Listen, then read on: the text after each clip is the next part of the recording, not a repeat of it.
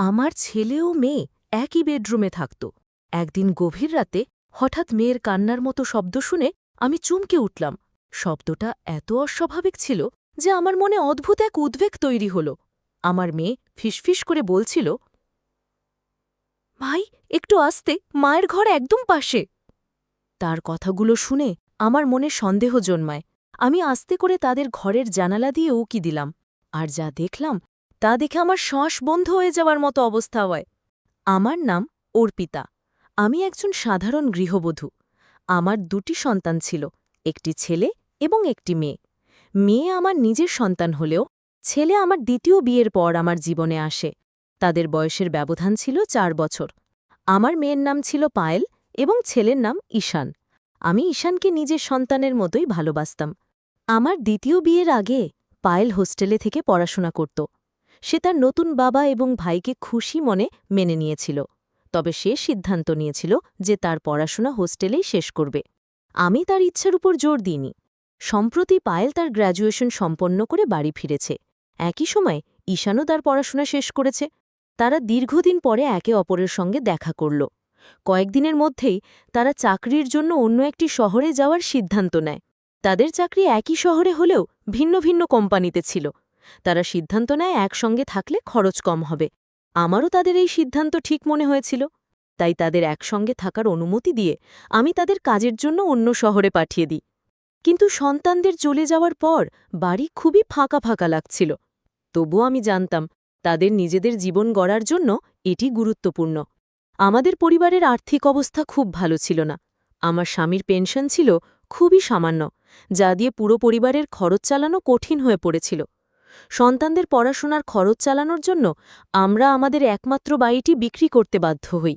বছরখানিক পরে আমাদের সন্তানরা চাকরি পেয়ে প্রতি মাসে কিছু অর্থ বাটাতে শুরু করে। আমি সেই অর্থ কিছুটা বাড়ির খরচে ব্যয় করতাম আর বাকিটা সঞ্চয় করতাম। এভাবেই ৫ মাস কেটে যায়। তবে এই সময়ের মধ্যে আমি একবারও সন্তানদের দেখতে যেতে পারিনি। আমার স্বামী পক্ষাঘাতে আক্রান্ত ছিলেন এবং তার দেখাশোনার জন্য বাড়িতে আর কেউ ছিল না। ২ বছর পর দীপাবলির সময় ঘনিয়ে এলো। আমি সন্তানদের বাড়িতে আসার জন্য বলি, কিন্তু তারা কাজে ব্যস্ততার অজুহাত দিয়ে আসতে রাজি হয়নি। ফোনে তাদের কাছে আমার আকুতি জানালেও তাতে কোনো লাভ হয়নি। অবশেষে আমি নিজেই তাদের সঙ্গে দেখা করার সিদ্ধান্ত নিয়েই একদিন আমি আমার স্বামীর এক ঘনিষ্ঠ বন্ধুকে ডেকে তার যত্নের দায়িত্ব দিলাম এবং সন্তানদের কাছে যাওয়ার জন্য যাত্রা শুরু করলাম। ট্রেন স্টেশন থেকে আমি ভিডিও কল করে তাদের জানালাম যে আমি আসছি।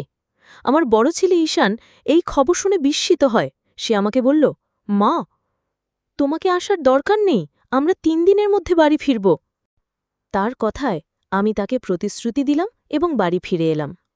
৩ দিন পর খুব সকালে প্রথম ট্রেনে আমার সন্তানরা বাড়ি ফিরে এলো। তাদের দেখে আমার চোখে পানি চলে এলো। আমি তাদের বুকে জড়িয়ে ধরলাম। আমার মনে হল এটাই আমার জীবনের সবচেয়ে সুখের মুহূর্ত। আমি ঈশানু পায়েলকে দীর্ঘদিন পর একসঙ্গে দেখে খুব খুশি হয়েছিলাম। তবে পায়েলের মধ্যে বেশ কিছু শারীরিক পরিবর্তন লক্ষ্য করলাম। গত ২ বছরে তার চেহারায় অনেকটা পরিবর্তন এসেছে। যেদিন তারা বাড়ি ফিরল, আমি লক্ষ্য করলাম যে তারা দুজনেই একসঙ্গে একটি ঘরে ঢুকে গেল। আমি ভেবেছিলাম পায়েল হয়তো তার ব্যাগ রেখে ঘর থেকে বেরিয়ে আসবে, কিন্তু ১ ঘণ্টা কেটে যাবার পরও তারা ঘর থেকে বেরোয়নি। তখন আমি চা ও নাস্তা নিয়ে তাদের ঘরে গেলাম। আমি বললাম, তোমরা দুজন কি এবার থেকে এই এক ঘরেই থাকবে? বাড়ির ছাদে আরেকটা ঘর আছে। ঈশান, তুমি সেখানে চলে যাও, এই ঘরটা পায়েল থাকুক। তখন ঈশান বলল, না মা, আমি পায়েলকে ছেড়ে অন্য ঘরে থাকতে পারব না। আমরা গত ২ বছর ধরে একই ঘরে থাকার অভ্যেস করে ফেলেছি, এখানেও ঠিক এমনই থাকব। তার কথা শুনে আমার একটু অস্বস্তি হল। আমি পায়েলের দিকে তাকিয়ে বললাম, পায়েল, তুমি এখন আর ছোট নেই, আর তোমার ভাইও বড় হয়ে গেছে। একই ঘরে থাকা কি ঠিক হবে? যদি কখনো তোমার একা থাকার প্রয়োজন হয় তখন কিভাবে ম্যানেজ করবে? তখন পায়েল উত্তর দিল, মা, আমরা যে শহরে কাজ করতাম সেখানে দুঘরের ফ্ল্যাটের ভাড়া অনেক বেশি, তাই আমরা গত ২ বছর ধরে একই ঘরে থেকেছি। যখন সেখানে থাকতে পেরেছি তাহলে এখানে কেন পারব না? আমার ছেলে ঈশান ও পায়েল একসঙ্গে একটি ঘরে থাকতে চেয়েছিল। আমি তাদের সিদ্ধান্তে আপত্তি করিনি। সেদিন আমি সারাদিন ঘরের কাজে ব্যস্ত ছিলাম। দুপুরে ঈশানের পছন্দের খাবার তৈরি করলাম এবং রাতে পায়েলের পছন্দের চাটপাটা পথ রান্না করলাম। কিন্তু লক্ষ্য করলাম পায়েল খাবার খুব কম খেল। এটা আমার কাছে অস্বাভাবিক মনে হল। তখন আমি পায়েলকে জিজ্ঞেস করলাম, তুমি এত কম খাচ্ছ কেন? আগে তো তোমার প্লেট পুরো পরিষ্কার হয়ে যেত। পায়েল বলল, মা, এখন আমার রুচি বদলেছে। মেসের সাধারণ খাবারে অভ্যস্ত হয়ে গেছি। তুমি কাল থেকে সাদামাটা রান্না করো। তাদের মধ্যে এই পরিবর্তন দেখে আমার মনে হল বাইরে থাকার অভিজ্ঞতা তাদের আরও দায়িত্বশীল এবং পরিস্থিতি অনুযায়ী মানিয়ে নেওয়ার ক্ষমতা শিখিয়েছে। তবে আমি লক্ষ্য করছিলাম তারা দুজনেই একে অপরের থেকে এক মুহূর্তও দূরে থাকতে পারছিল না। যেখানে পায়েল থাকত, ঈশান ঠিক সেখানেই চলে যেত। এক রাতে আমার স্বামী ঘুমিয়ে পড়ার পর আমি তাদের ঘরে গেলাম। আমার এবং তাদের ঘর পাশাপাশি ছিল। আমি ভাবলাম একটু তাদের সঙ্গে কথা বলি। ঘরে ঢুকে দেখি ঈশান পায়েলের হাত ধরে বসে আছে। আমাকে দেখে তারা চমকে উঠল, যেন তারা কিছু লুকোচ্ছিল। আমি সেই সময় কিছু বলিনি এবং বিষয়টি এড়িয়ে গেলাম। কিন্তু পরদিন সকালে এমন একটি ঘটনা ঘটল যা আমাকে চিন্তায় ফেলে দিল। সকালের দিকে আমি তাদের ঘরের দিকে গেলাম। দেখলাম বিছানার চাদরটা শুকাতে দেওয়া হয়েছে। এত সকালে কে চাদর ধুতে পারে? কৌতূহলী হয়ে আমি পায়েলকে জিজ্ঞেস না করেই ঘরের দিকে এগোলাম। দেখি ঘরের দরজা বন্ধ। ঠিক তখনই পেছন থেকে ঈশানের ডাক শুনলাম, মা, নাস্তায় কি বানিয়েছ? দরজার বাইরে এসে ঈশান আমাকে প্রশ্ন করল। আমি তাকে জিজ্ঞেস করলাম, তোমাদের ঘরের চাদর এত সকালে কে ধুয়েছে, কেন ধুয়েছে? আমার প্রশ্ন শুনে ঈশানের তো অস্বস্তিতে পড়ল। তার চোখ বারবার পায়েলের দিকে যাচ্ছিল। তখন পায়েল সামনে এসে বলল, মা, চাদরটা আমি ধুয়েছি। ওটাতে ধুলো জমেছিল, তাই বারবার হাঁচি আসছিল, এই জন্য সকালে ধুয়ে নিয়েছি। আমি বললাম, তোমাদের আসার আগে আমি সবকিছু পরিষ্কার করেছিলাম, চাদরে ধুলা আসবে কি করে? আমার প্রশ্ন শুনে পায়েল একটু বিড়ম্বনায় পড়ল। তার মুখের অভিব্যক্তি বলে দিচ্ছিল সে কিছু লুকোচ্ছে। তখন ঈশান বলল, মা, আমার খুব খিদে পেয়েছে। তুমি কি চাদর নিয়ে কথা বলছো? আর আমি খেতে পাচ্ছি না। তুমি কি খাবার দেবে নাকি আমি বাইরে গিয়ে খেতে হবে? এ কথা শুনে আমি আলোচনা বন্ধ করে রান্নাঘরে নাস্তা বানাতে চলে গেলাম। পরে কাজের ব্যস্ততায় বিষয়টি ভুলে গেলাম। কিছুদিন ধরে লক্ষ্য করছিলাম আমার দুই সন্তানের আচরণে বেশ পরিবর্তন এসেছে। পায়েল যে আগে আমার সঙ্গে অনেক গল্প করত, এখন বেশিরভাগ সময় নিজের ঘরেই থাকে। সে আমার সামনে বেশিক্ষণ থাকতে চায় না।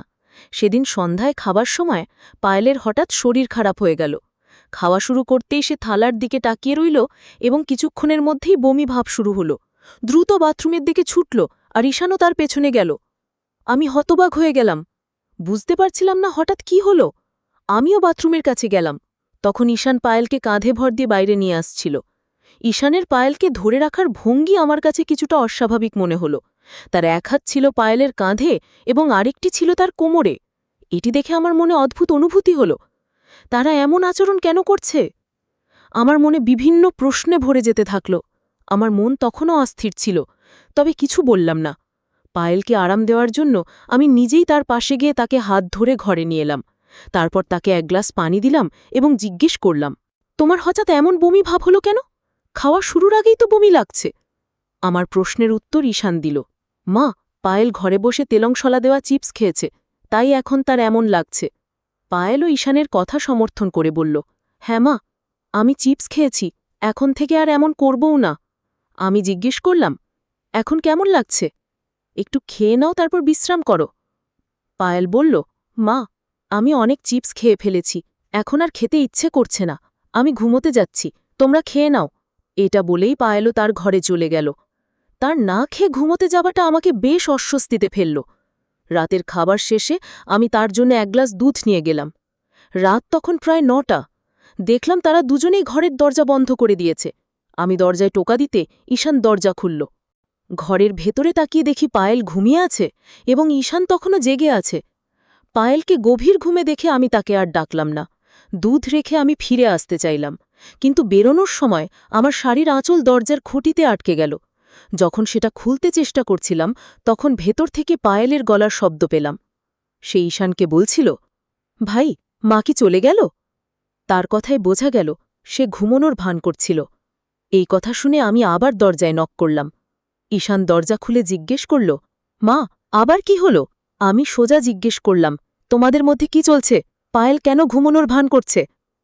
পায়েল তখন উঠল এবং বলল, মা, আমি ভেবেছিলাম তুমি কিছু খাওয়ার জন্য নিয়ে এসেছ। আমি তো খেতে চাইনি, তাই ঘুমনোর ভান করছিলাম। তাদের এমন আচরণে আমার সন্দেহ আরও বাড়ল। আমি ঈশানকে বললাম, আজ রাত তুমি তোমার বাবার সঙ্গে আমার ঘরে শুয়ে পড়ো, আমি পায়েলের সঙ্গে থাকব। এই কথা শুনে ঈশান বলল, মা, আমি এই ঘর ছেড়ে কোথাও যাব না। পায়েলও বলল, মা, আমি ভাইয়ের সঙ্গেই থাকব, ও না থাকলে আমার ঘুম আসে না। ওরা আমার কথা কিছুতেই শুনতে চাইছিল না। অবশেষে আমি বললাম,